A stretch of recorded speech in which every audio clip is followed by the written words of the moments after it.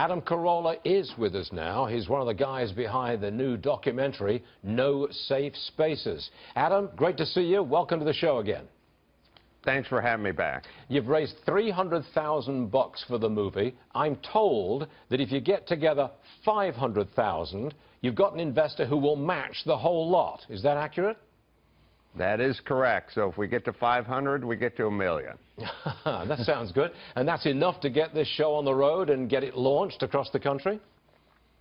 Yeah, and you people should be motivated, because my deal with Dennis Prager is if we don't get to 500,000, I just get whatever was donated, and it goes right up my nose.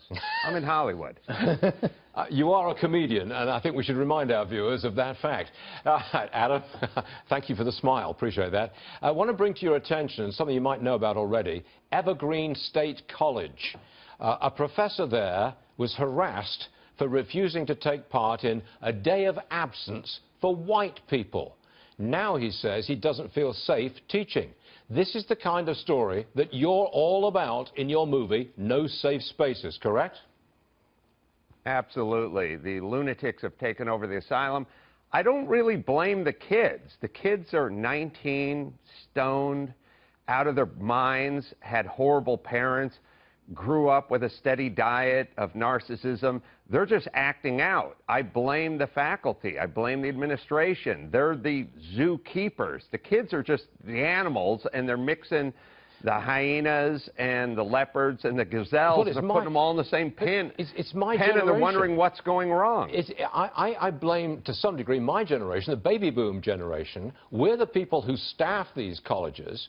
We're the people who make up the people who run the professoriate, or whatever you want to call it. You're right, it's not the kids, it's the professors. But what are you going to do about it?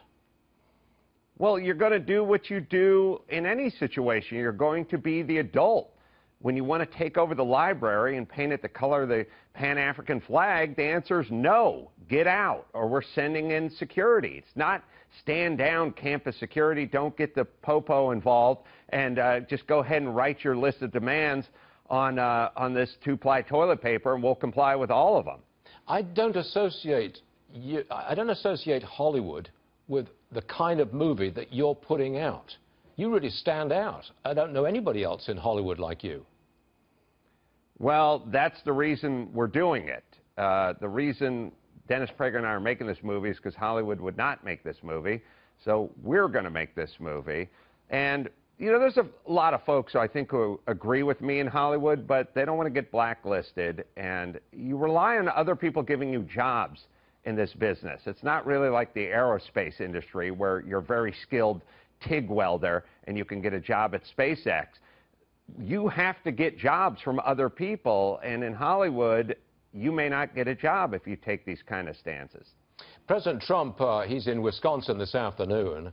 He's pushing apprenticeship programs. One of the things he's going to say is, college is not for everyone. What say you on that? Well, first off, I think he just likes the apprenticeship programs because it's got the name of his old TV show in it. Number two, that's all I've been saying my entire life. I never went to college. As far as the students at Evergreen go, here's one white guy who took 4 years off, never even showed up. I'm a hero. I learned carpentry. What did you do in your 4 years?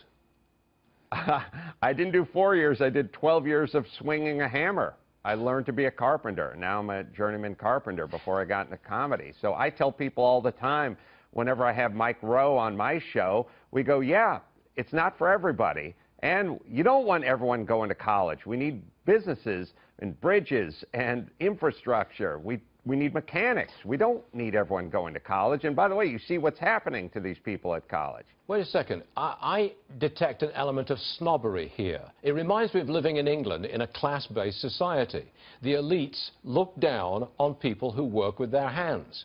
I think a similar cultural pattern has emerged in America. The elites look down on blue-collar labor. You're not supposed to make your living with your brain. You're not supposed to make your living with your hands. You're supposed to make your living with your brain. Do you detect that here?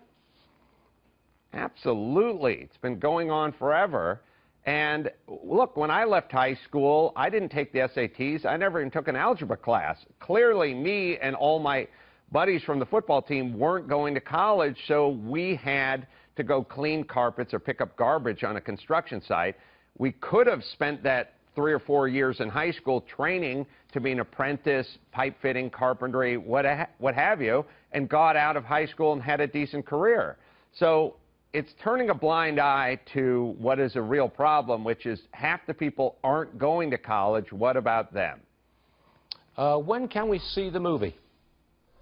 I think early 2018, and we're starting shooting now. We already went to University of Northridge, Cal State Northridge, and did an engagement there, and you can see that at nosafespaces.com. Okay. Any idea that maybe you've had some impact already?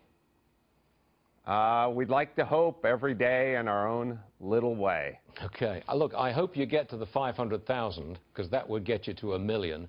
Best of luck to you, Adam Carolla, and come back and tell us how you're doing as soon as you can. Thank you very much, sir. Thanks for having me. Yes, sir.